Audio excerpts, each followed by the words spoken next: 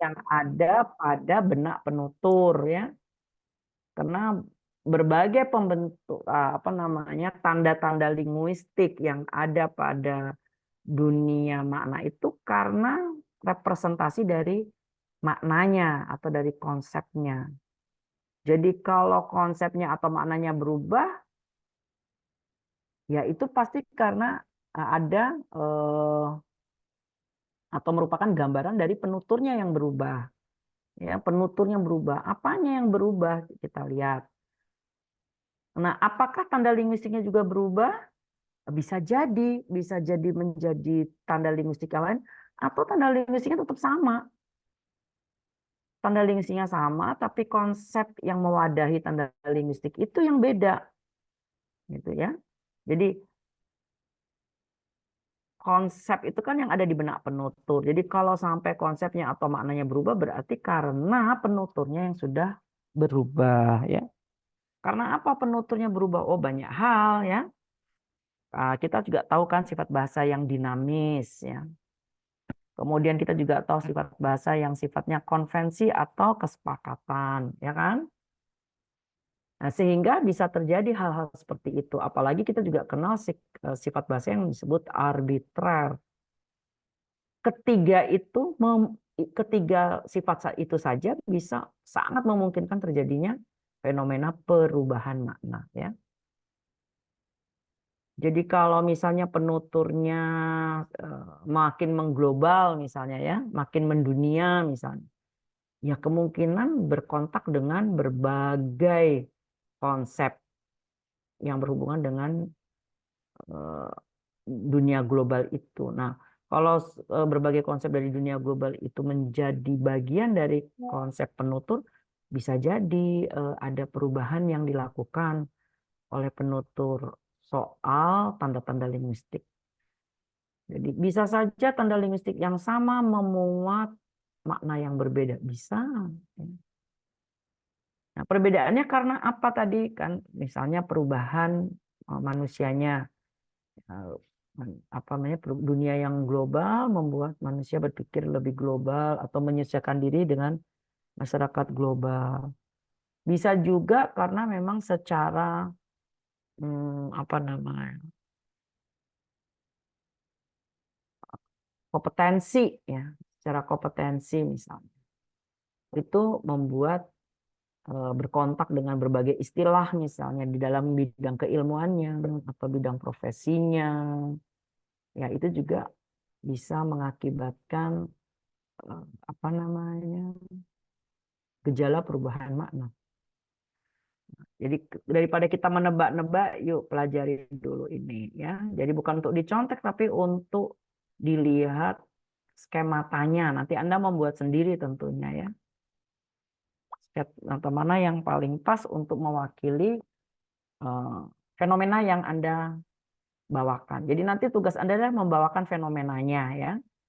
Bagaimana gejala perubahan makna ini reaksi di dalam berbagai makna-makna yang digunakan oleh penutur kekinian gitu ya. Jadi konsep makna yang ada di benak penutur pada saat ini. Anggap aja pada saat ini itu mulai kapan ya misalnya mulai 2020 gitu. Boleh kalau mewakili konsep kini. Jadi jangan pakai konsep lama ya. Nah, mungkin yang Ibu bawakan ini contohnya yang sudah disepakati lama ya. Dia mempunyai konsep berubah karena sudut pandang yang lama. Kalau bagi sudut pandang sekarang mungkin dia tidak terlihat bahwa dia mengalami perubahan mana tidak ya. Karena itu terjadinya jauh sebelum itu. Jadi yang Anda nanti bawakan di tiap kelompok adalah gejalanya ya. Bukti bahwa terjadi gejala ini ya.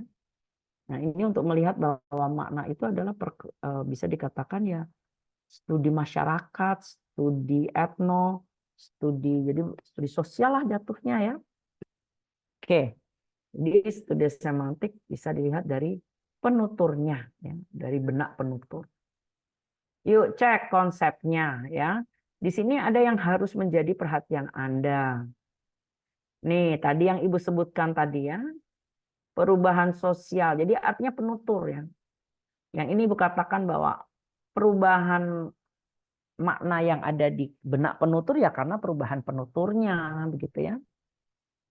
Nah, ini yang mungkin menjadi alasan kenapa ada gejala perubahan makna. Kedua, seperti apa wujud perubahannya? Nih, ini ada beberapa yang dibawakan ya. Jadi nggak berubah dalam arti total berubah ganti gitu, enggak ya. Nggak seperti itu yang disebut. Yang penting perubahan makna ada berubah. Tadi kan bisa saja maknanya berubah, tetapi tanda linguistik yang digunakan sama. Jadi baik makna lama maupun makna baru yang diberikan, tapi tetap pakai tanda linguistik yang sama. Itu yang terjadi. Jadi nggak selalu bisa berbeda wujudnya ya. Intinya di maknanya yang berubah. Wujudnya belum tentu berubah ya, tapi kita lihat. Maka kalau di maknanya itu bisa menjadi melemah, bisa terbatas lingkup maknanya, atau bisa diganti malah ya. Bisa yang saya katakan tadi tanda linguistiknya tetap, tapi maknanya berganti banget. Geser dikit, meluas. Tadi ada melemah, ada meluas. Ada malah yang mana nih yang dimaksud? Nah, misalnya seperti itu ya. Jadi semua pembahasan ini biasanya di apa namanya dianalisisnya karena ada sebab ya. Ya karena ada sebab. Tadi kan dikatakan bahwa sebabnya adalah penuturnya ya. Penuturnya yang menjadi sebabnya ada perubahan makna. Nah, kira-kira seperti inilah. Jadi ke penutur, jadi bukan masalah ilmunya, tapi penutur yang menyerap ilmu dan teknologi, penutur yang semakin mengglobal, penutur yang makin menyesuaikan diri dengan makna-makna yang ada di konteks lain, ya. Karena kan manusia bergerak, dinamis, dia masuk ke berbagai konteks. Nah, dia akan bersentuhan atau berkontak dengan konteks-konteks lain di mana konteks-konteks itu juga menyediakan berbagai makna, betul ya? Ya, jadi kalau kita punya banyak peran, maka kita akan punya sekali banyak eh, apa nih kekayaan gitu ya, memiliki kekayaan makna-makna. Nah, seperti apa misalnya terjadinya ya bisa melihat dari bentuk-bentuk yang berubah, misalnya tanda linguistiknya ya.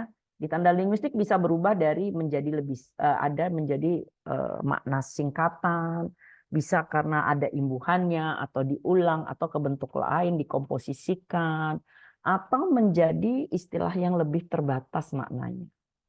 Ya, jadi banyak banyak kali perubahan. Nah, ini sudah dijelaskan kan minggu lalu? Udah ya?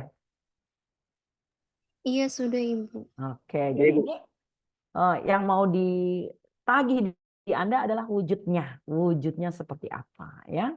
Jadi bidangnya bisa macam-macam, tapi wujudnya kayak apa. Jadi nanti kalau menjelaskan wujudnya juga dijelaskan ya.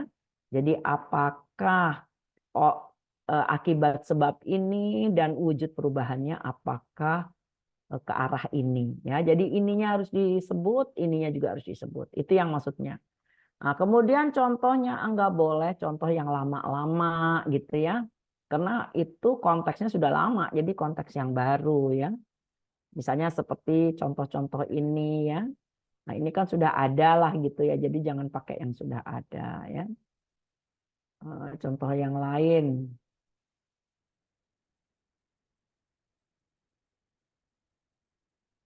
Kalau gini nih, kalau mau lihat penggunaan makna yang bagus, yang bisa itu coba deh kalau Anda menonton film ada subtitlenya gitu ya kan pastikan subtitlenya in Indonesia ya.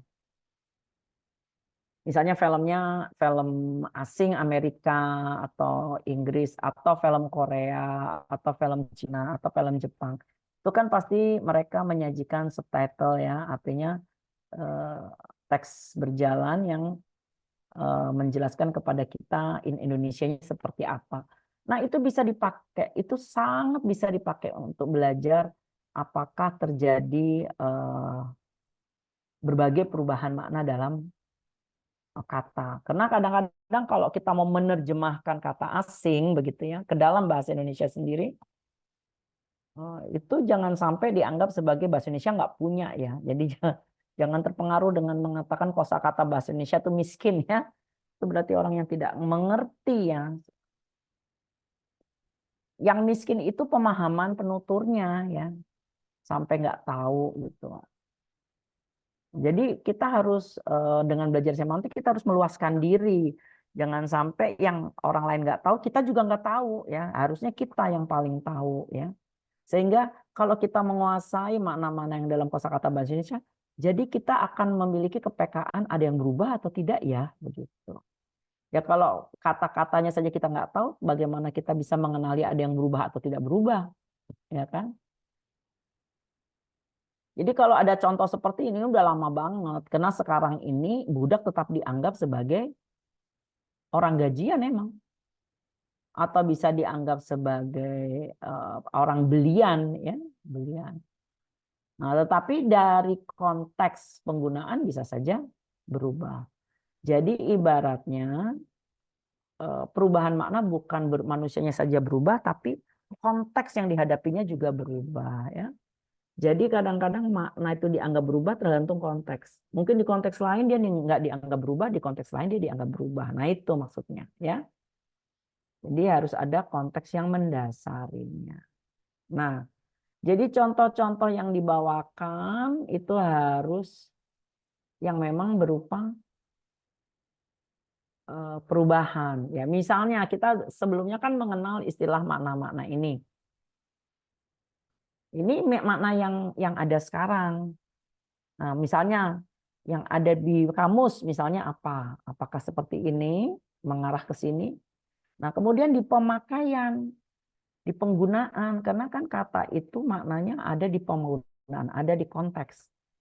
Nah, baru kelihatan misalnya di kamus maknanya seperti ini, tapi begitu di pemakaian, oh kok sekarang dipakai di situ ya? Jangan-jangan memang kata itu punya perubahan makna begitu.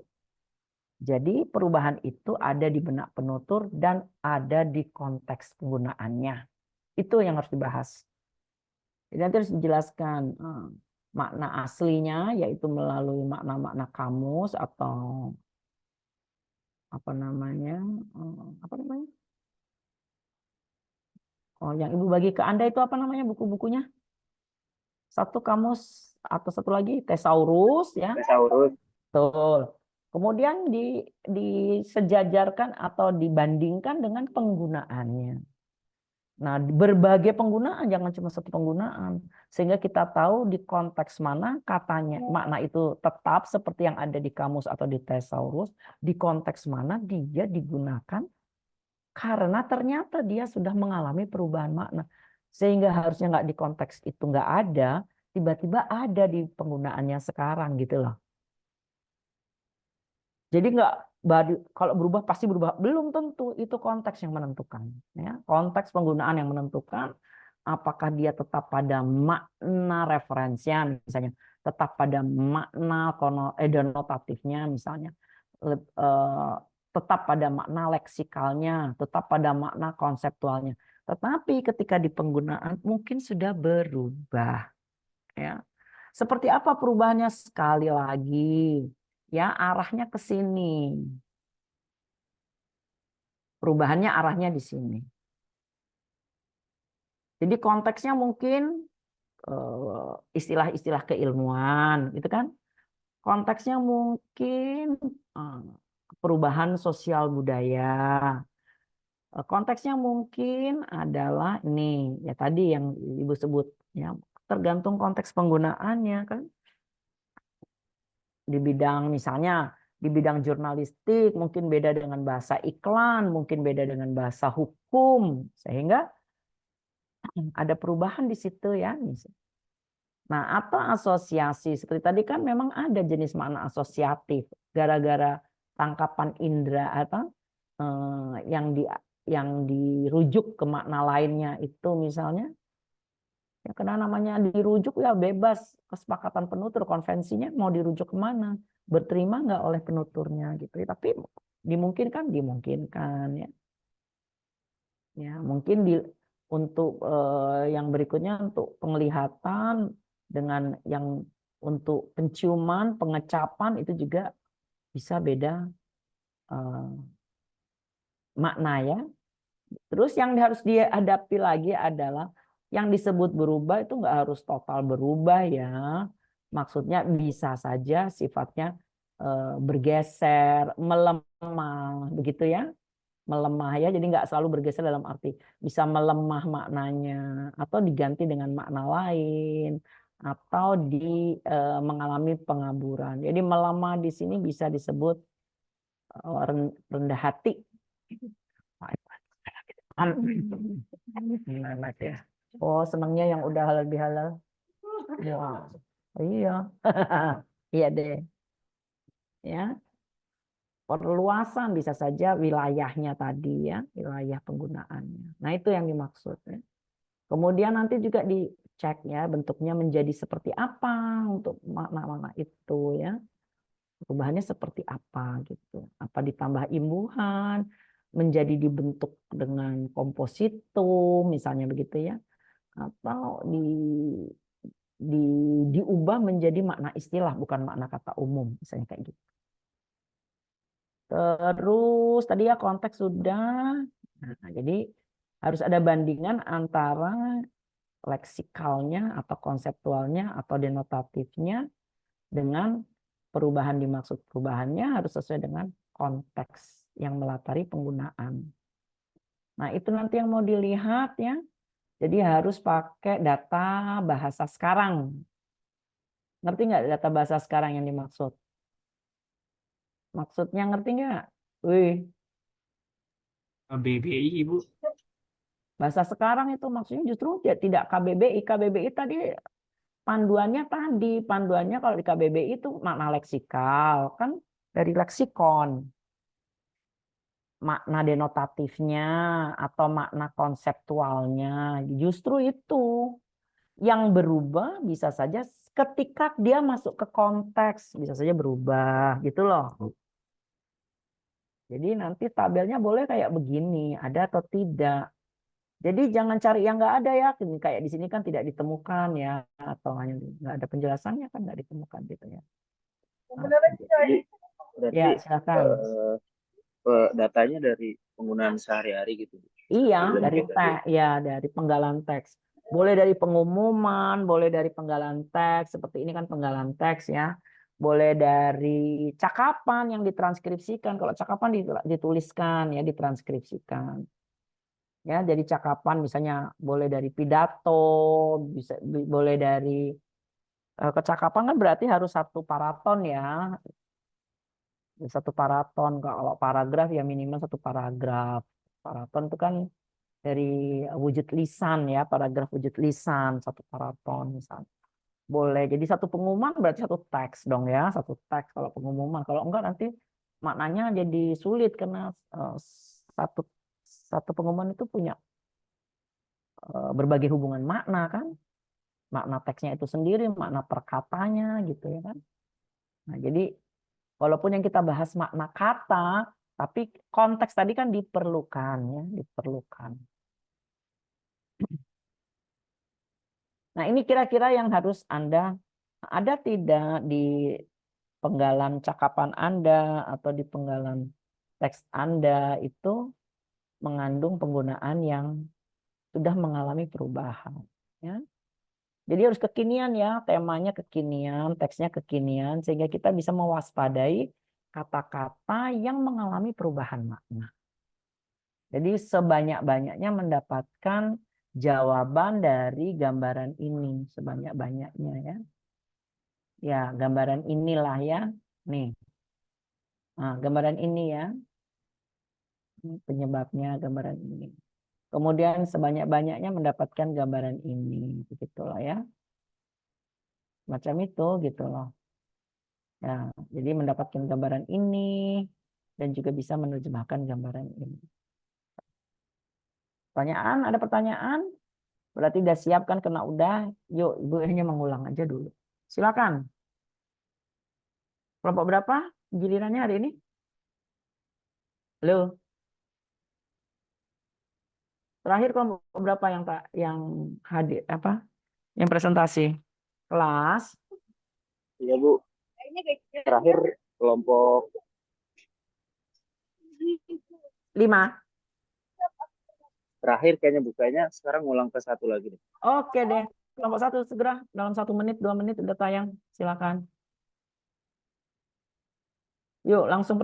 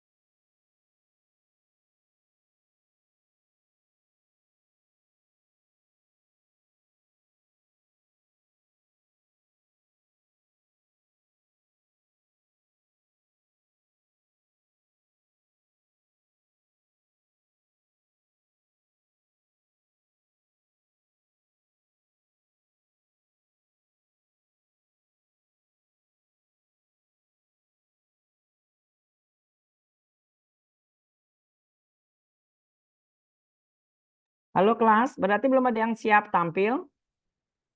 Halo, jawab. Bentar, Ibu lagi Ada Ibu, dicoba. udah.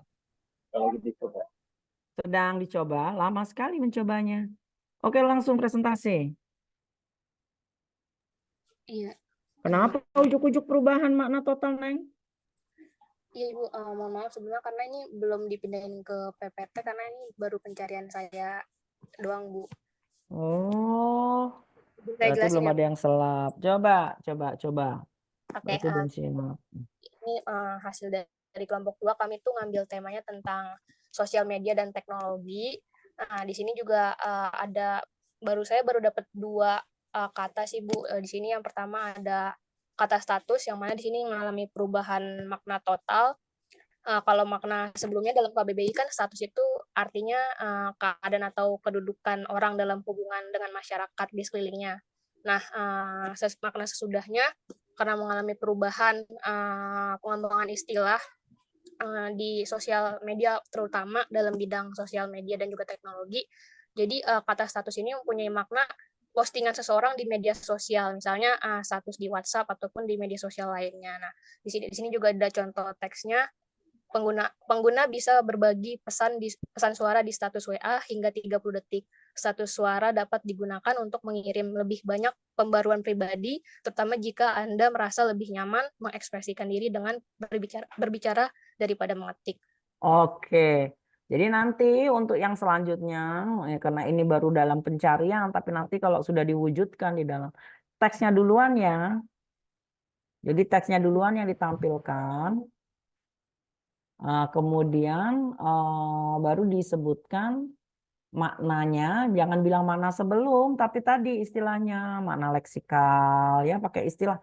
Tidak ada istilah makna sebelum di studi semantik, nggak ada makna istilah sebelum, tidak ada juga makna sesudah. Jadi kita pakai istilah-istilah yang ada di keilmuannya. Ya, ini kelompok 2 ya. Iya, Ibu, baik, Ibu. Jadi istilah yang dipakai adalah istilah keilmuan. Jadi nanti alurnya adalah dimulai dari teksnya ya. Jadi kita mendapatkan teks ini sudah bagus, ada sumbernya, bentuknya teks ya. Kemudian dari teks itu kita temukan kata yang dianggap berubah. Ingat perubahan itu jika ya tadi kan ada alasan. Jadi harus sesuai tadi juga ya. Di antara yang tadi Ibu sebutkan yang nggak boleh beda. Jadi harus ada teori yang mendasarinya. Oleh sebab itu teorinya harus ada dulu. Teori bentuk perubahannya, teori sebab perubahannya. Nah, ya. Nanti baru penjelasannya tergantung dari data yang ditemukan. Kalau misalnya perubahannya karena, misalnya tadi, perubahan karena apa nih? Belum ada nih. Sebab perubahannya karena apa? Tadi, misalnya tadi teknologi. Terus apa itu kalau perubahan teknologi? Terus baru sebab perubahannya tadi ada 3 ya yang berhubungan sama gramatikalnya, sama apakah berbentuk apa akronim gitu ya atau berbentuk istilah gitu. Nah itu jadi sesuai teori aja gitu ya. Jadi jangan bilang makna sebelum, makna leksikalnya, perubahan maknanya. Tapi perubahannya apa ya? Perubahannya apa? Makna yang disebut harus digambarkan sesuai makna perubahan itu. Jadi makna leksikalnya apa? Cuplikan saja dari KBBI atau dari Thesaurusnya. Jadi harus bersifat objektif ya, harus dengan alur benar yang benar. Kemudian makna perubahannya seperti apa ya. Nah, baru sebutkan sebab-sebabnya ya. Nah, seperti itu kira-kira nanti alurnya. Jadi nanti tetap ada teori yang mengatakan seperti apa yang disebut perubahan. Jadi perubahan total ini masuk yang bagaimana ya, ini sudah ada satu teori. Tapi ternyata di penjelasannya tidak ada ketotalan yang dimaksud ya begitu. Jadi ada istilah berarti ini kan dari pendapat lain. Jadi kumpulkan dulu pendapat yang berhubungan dengan total di istilah lain apa nyebutnya. Oke. Nah, jadi nanti ini tinggal dibawakan dan ditampilkan. Oke, ya berarti seperti ini tapi juga nggak seperti ini karena ini agak berbeda dari istilah teori yang dimaksud. Ya, terima kasih kelompok 2 yang sudah menampilkan ini ya. Baik, mudah-mudahan nanti didapat lebih banyak. Yang lainnya serius ya menjelaskan ini. Nah, itu harusnya tugas kemarin, tapi karena belum siap semua, oke Ibu beri waktu. Tapi dengan catatan, kita tambahin ya. Karena ada hal yang masih berhubungan dengan studi perubahan makna. Apakah itu? Ibu cari dulu ya.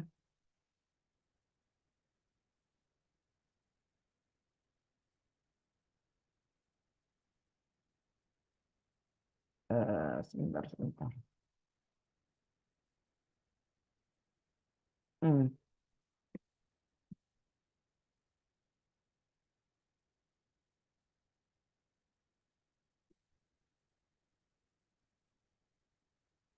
Oh, ternyata Ibu kehilangan sumbernya. Oke, tapi Ibu sudah tahu. Nih,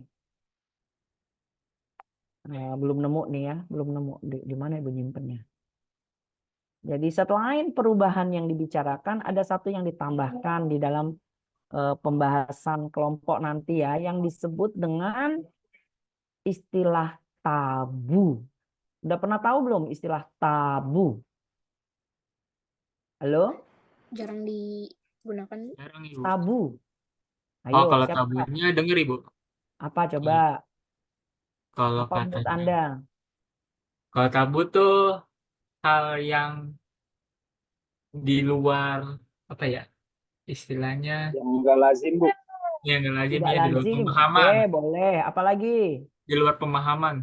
Di luar pemahaman. Tidak Logika, Bu. lepas. Maksudnya di luar logika. Di luar logika. Oke, tapi apakah itu gitu loh? Diucap. Iya, iya. Apa itu? Apa diucapkan? Apa? Tidak Iya. boleh diucapkan maksudmu? Iya.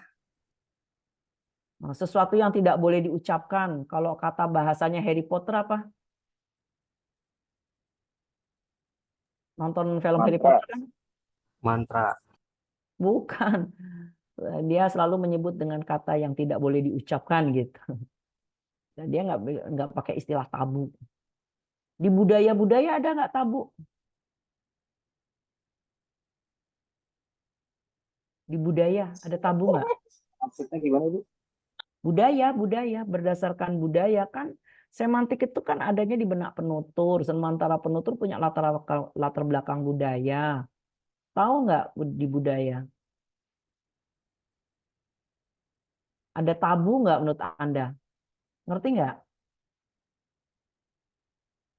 Oh, nggak ngerti ya? Ada, Bu, ada. Kayak kata-kata yang tahayul Mm-mm. seperti itu, Ibu.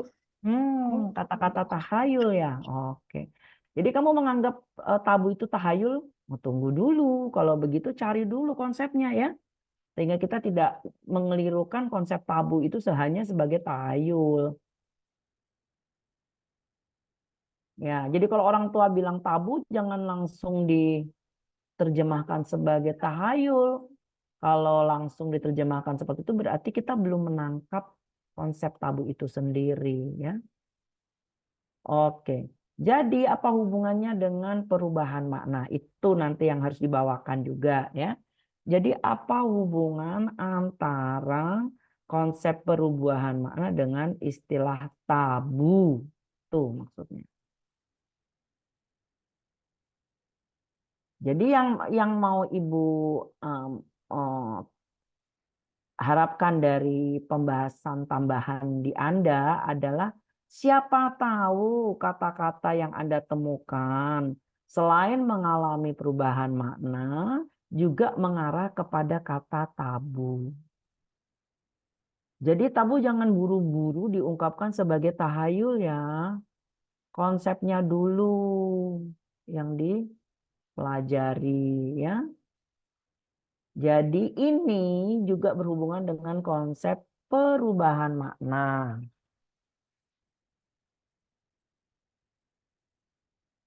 Jadi apa yang harus gini, kalau kita tahu itu adalah masuk dalam konsep tabu, maka berarti kita harus cek. Kita juga tahu perjalanannya kenapa ada makna seperti itu. Kenapa makna yang ada itu dianggap tabu.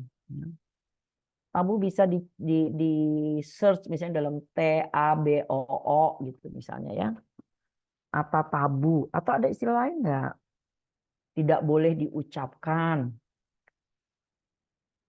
Tidak elok dilakukan. Ya, mungkin itu juga bagian dari konsep tabu. Jadi bukan sekedar karena mengandung tahayul gitu. Ya. Ya, mengandung tahayul mungkin mengikuti konsep tidak boleh diucapkan, tidak pantas dilakukan, atau dilarang, ya, gitu ya, dilarang dilakukan atau diucapkan. Nah, jadi ini yang harus Anda cari tahu. Karena siapa tahu perubahan makna yang ada pada Anda itu sekaligus karena mengandung tabu, gitu loh.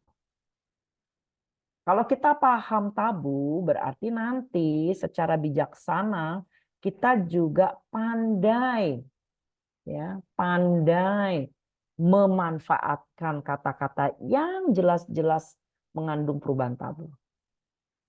Mengungkapkan makna-makna tabu Itu tentu harus dengan konteks yang tepat ya. Karena kalau tidak berarti kita bisa dianggap sebagai sarkasme ya, atau dianggap sebagai apa? Penghinaan, atau dianggap sebagai apa? Pelecehan mungkin, atau mungkin dianggap sebagai apa hal lain yang merugikan begitu. Tapi kalau itu kebijaksanaan, maka kita bisa misalnya menghindari. Adakah cara menghindari misalnya? Contoh, kita carikan tanda linguistik yang berbeda, walaupun mungkin maknanya ke arah itu. Gitu. Tapi tanda linguistiknya dipilih yang berbeda. Karena kalau pakai tanda linguistik yang ini, dia mengandung nilai tabu misalnya gitu. Jadi mungkin kita akan berpikir bijaksana dengan mengambil atau memikirkan tanda linguistik yang berbeda. Jadi maksudnya tersampaikan, tetapi tabunya dikurangi atau malah dihindarkan. Maka ada konsep yang disebut strategi penghindaran ungkapan tabu. Sampai sini paham nggak? Halo? Halo kelompok, Ibu masih terhubung Anda nggak sih? Masih, Bu. Jadi ada dua ya. Selain perubahannya, bentuk perubahannya, penyebab perubahannya, faktor perubahannya, juga bicara tentang apakah itu bisa dianggap sebagai ungkapan tabu, apakah perubahan itu. Ya, jadi dari mana dia masuknya perubahan?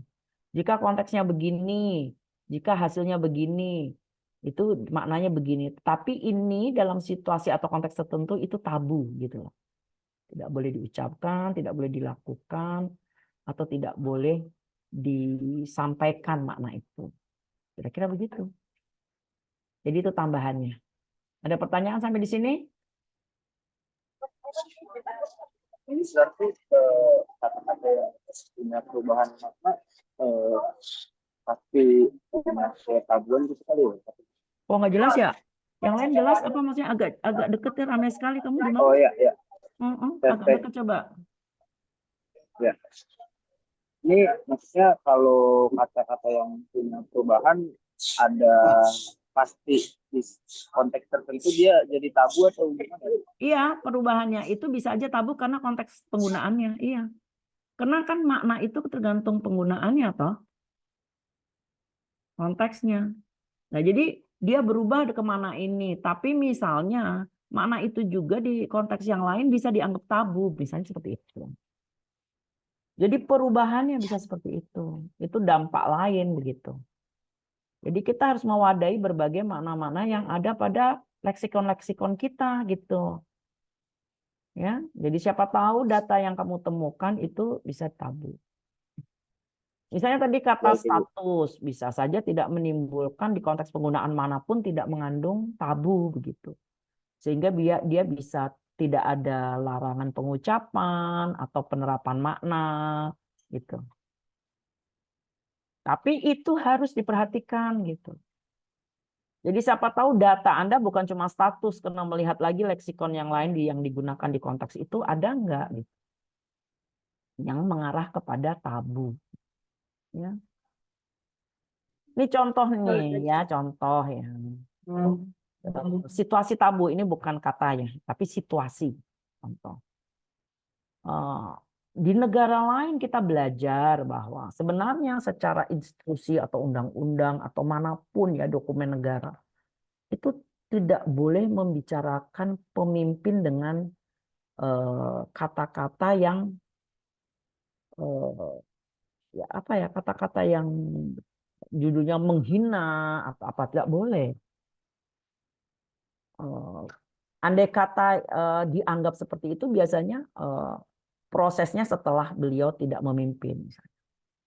Atau misalnya sekedar kata misalnya Bapak, Saudara, Anda. misalnya begitu.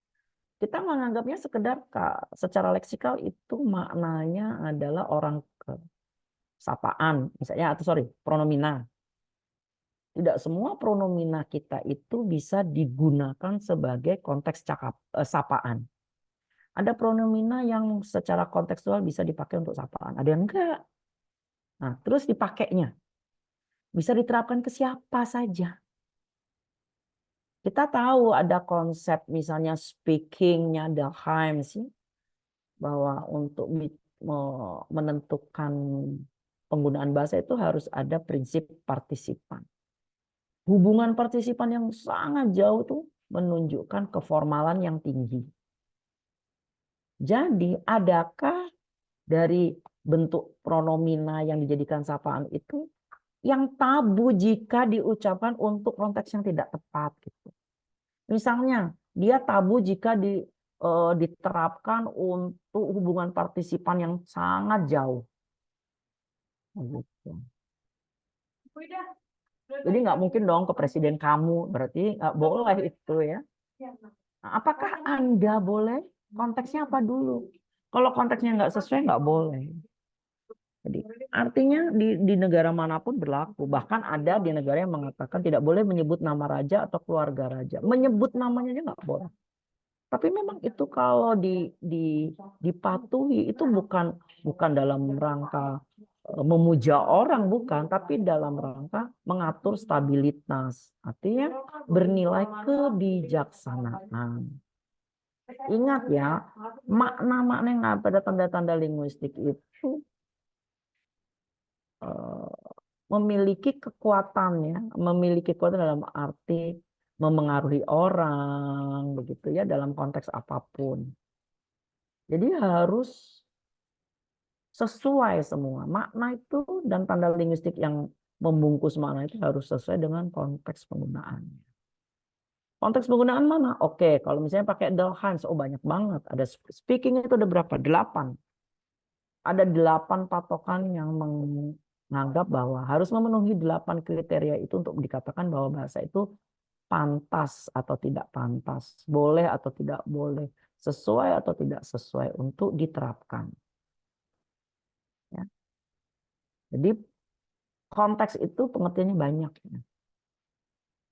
Situasi pembicaraan juga konteks. Partisipasi, hubungan partisipan antara penutur-petutur itu juga situasi, itu juga konteks. Apalagi ya, cara mengungkapkan, kapan mengungkapkannya, kapan gitu. Jadi kalau orang misalnya mengabaikan itu, mengabaikan bahwa ada perubahan mana atau ada makna mana yang bisa dikatakan, tidak bisa dikatakan, pantas dikatakan, tidak pantas dikatakan, itu dilanggar, ya bisa dikatakan dia berarti dia tidak memahami bahwa ada konsep tabu di sana. Jadi jangan selalu ngomongin tabu secara kayak tahayul ya. Cari dulu konsepnya. Pahami dulu konsepnya. Jangan gampang membuat kesimpulan yang tidak berdasar, yang tidak objektif, dan tidak berdasarkan penalaran yang logis.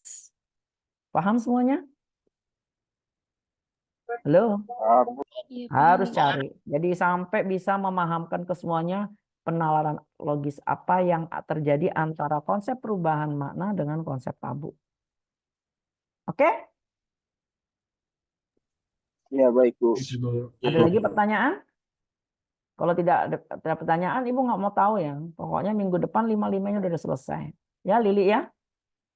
Lili tadi udah mencontohkan data yang bagus ya.